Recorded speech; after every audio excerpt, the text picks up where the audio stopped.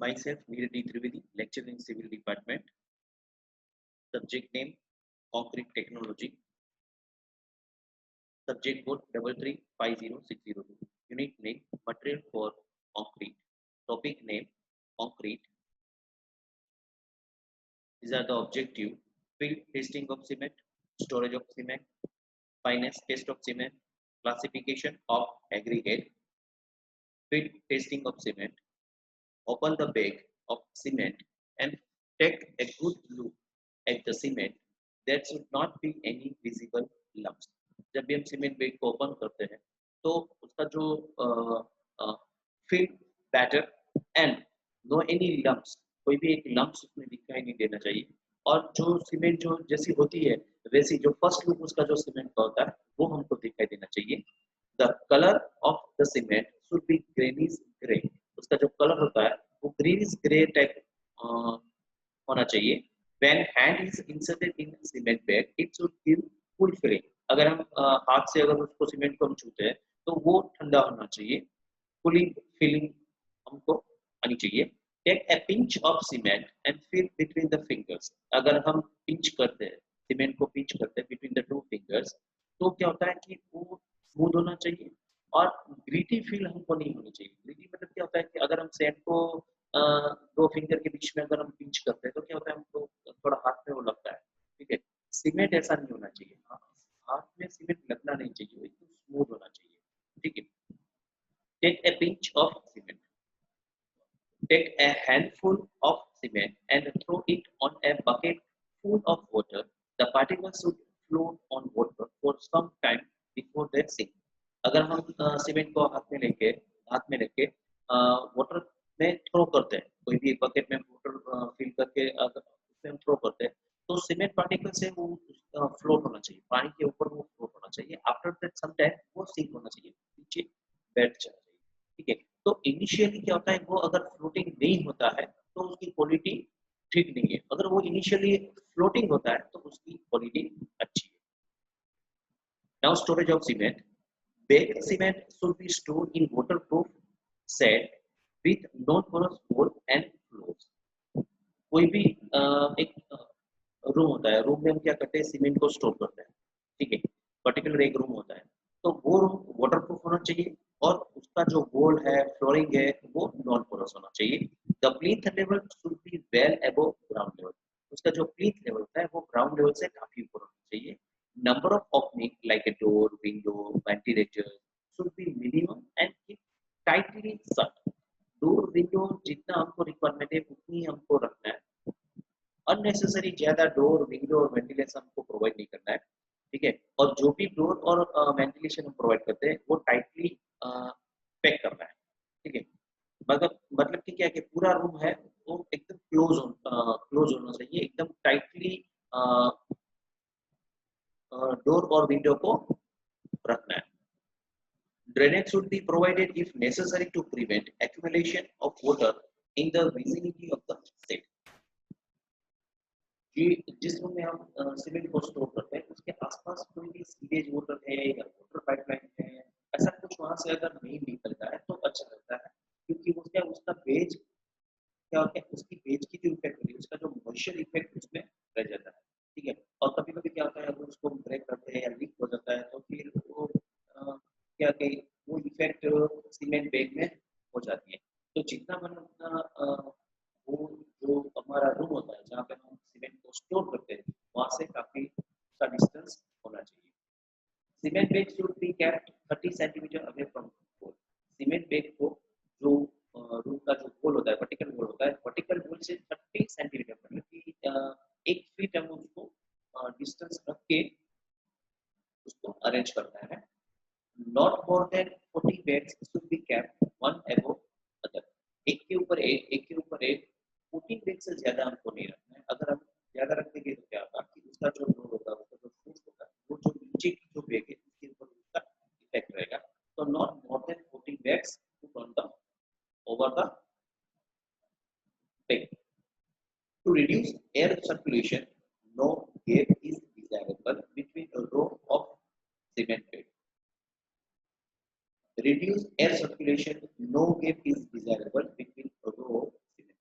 Cement bag में जो रो होता है उसके बीच में क्या होता है कि सर्कुलेशन एयर सर्कुलेशन का जो गैप है वो गैप थोड़ा बहुत भी प्रोवाइड करता है। इन moisture area cement bag should be placed on wooden plank kept above floor। जो उसका जो ग्राउंड लेवल होता है तो ग्राउंड लेवल डायरेक्टली उसको ग्राउंड लेवल पे नहीं रख सकते, नीचे एक प्लेटफॉर्म बनाना पड़ेगा जो वाटर प्रूफिंग प्लेटफॉर्म होगा और वाटर प्रूफिंग प्लेटफॉर्म के ऊपर हम सीमेंट को रख सकते हैं। डायरेक्टली ग्राउंड के ऊपर सीमेंट को हम नहीं रख सकते।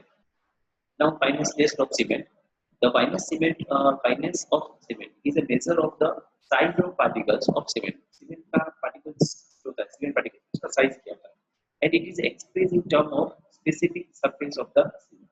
उसका specific surface suppose क्या होता है कि cement को हम 1 ग्राम cement लेते हैं और जो भी अपना एक surface है suppose कि glass surface तो glass surface में उसको spread करेंगे कितना area cover करता है?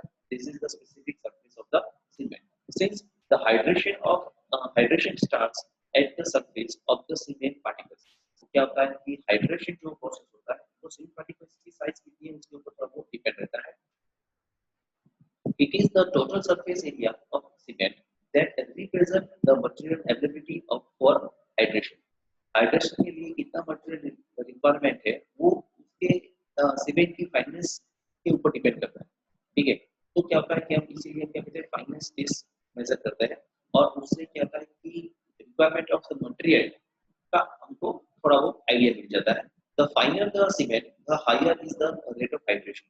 जितना वो फाइन रहेगा उतना रेट ऑफ हाइड्रेशन ज्यादा रहेगा। As more surface area is available for chemical reaction और उसको क्या होता है कि केमिकल रिएक्शन के लिए सरफेस एरिया ज्यादा मिल जाएगा।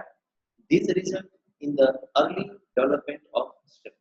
मतलब क्या होगा कि जो स्ट्रेंथ होती है वो अर्ली मतलब कि इनिशियली हमको स्ट्रेंथ मिल जाएगी। Sample of cement should have a size less than about 100 micron, smallest micron, or smallest 1.5 micron. Average size of cement 15 to 20 micron. ठीक है, 100 micron होता है और smallest अगर उसका साइज देखें तो 1.5 micron होता है और एवरेज जो हम साइज यूज करते हैं जो सीमेंट पार्टिकल्स होती है वो है 15 to 20 micron। ठीक है, now classification of aggregate.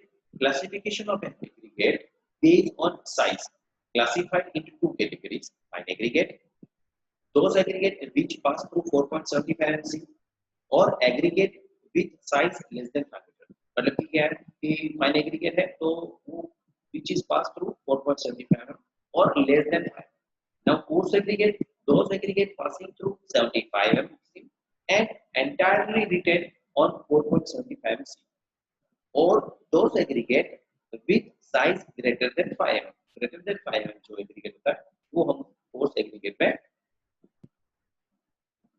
requirement coarse aggregate में उसको डाल सकते हैं। Now classification based on shape. Classification: the shape of aggregate is an important characteristic since it affects the workability of concrete।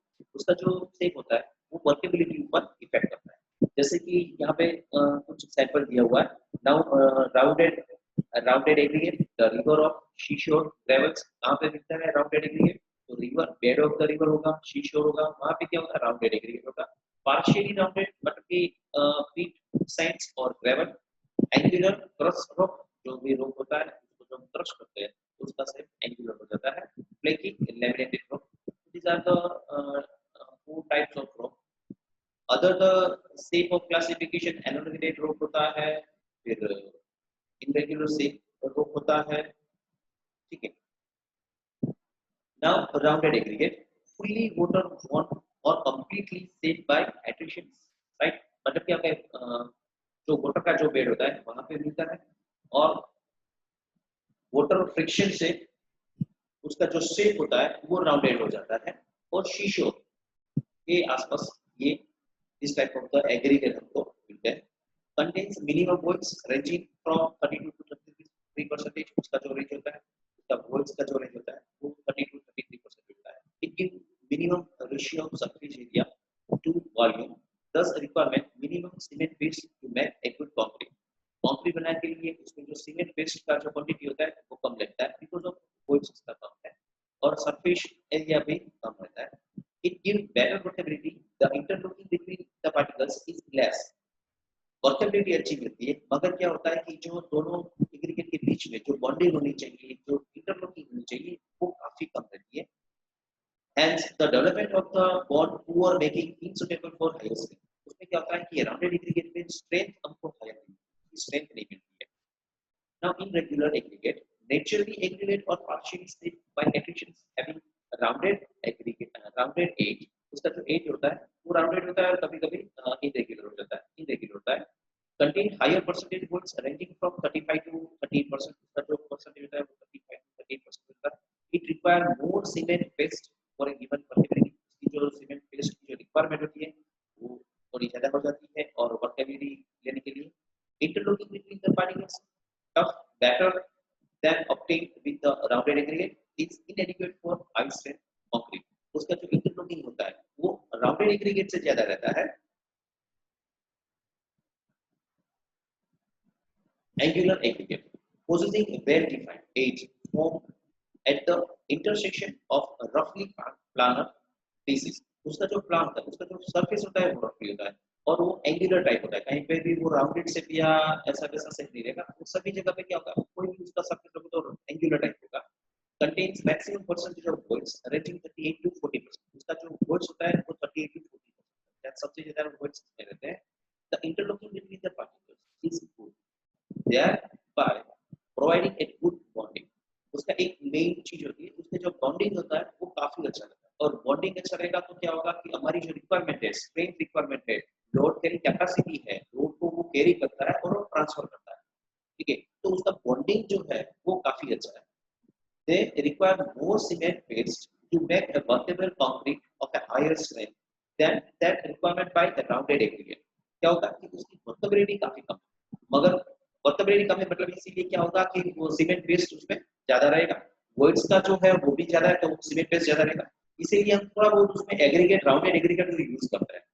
The angular aggregate are suitable for high strength concrete and pavement, high strength अगर हमको चाहिए तो angular aggregate हम use करते हैं payment और construction के लिए।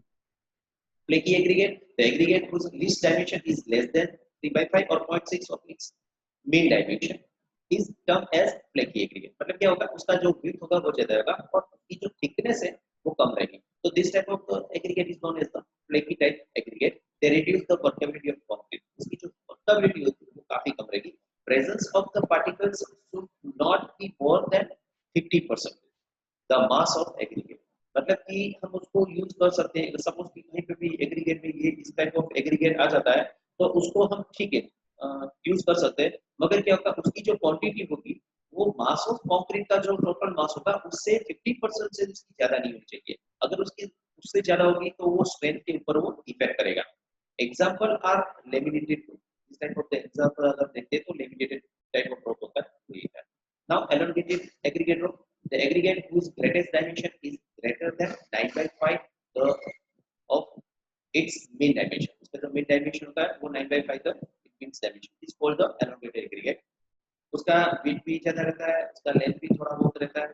This type of the aggregate is known as the elongated aggregate। They reduce the workability of concrete, जो workability होती है वो कम रहती है। The elongated particles also adversely affected the durability of concrete and strength of concrete। वो क्या होगा कि ड्यूरेबिलिटी नहीं मिलेगी और उसकी जो स्ट्रेंथ होती है उसके ऊपर भी वो इफेक्ट करता है और उसकी वर्केबिलिटी भी कम रहती है। The presence of the particles should not be more than 15% in the mass of the aggregate। अगर हम कंस्ट्रक्शन में एग्रीगेट यूज करते हैं और अनएब्रेटेड एग्रीगेट अगर उसके अंदर मिक्स हो जाता है तो उसकी जो क्वांटिटी होती है वो मास ऑफ एग्रीगेट की जो क्वांटिटी होती है उसकी 50% अगर तक है तब कोई प्रॉब्लम नहीं है, मगर उससे अगर ज्यादा होता है तो फिर उसको हमको जो एग्रीगेट होता है उसको हम वो हम एग्रीगेट यूज नहीं कर सकते, ठीक है। Thank you.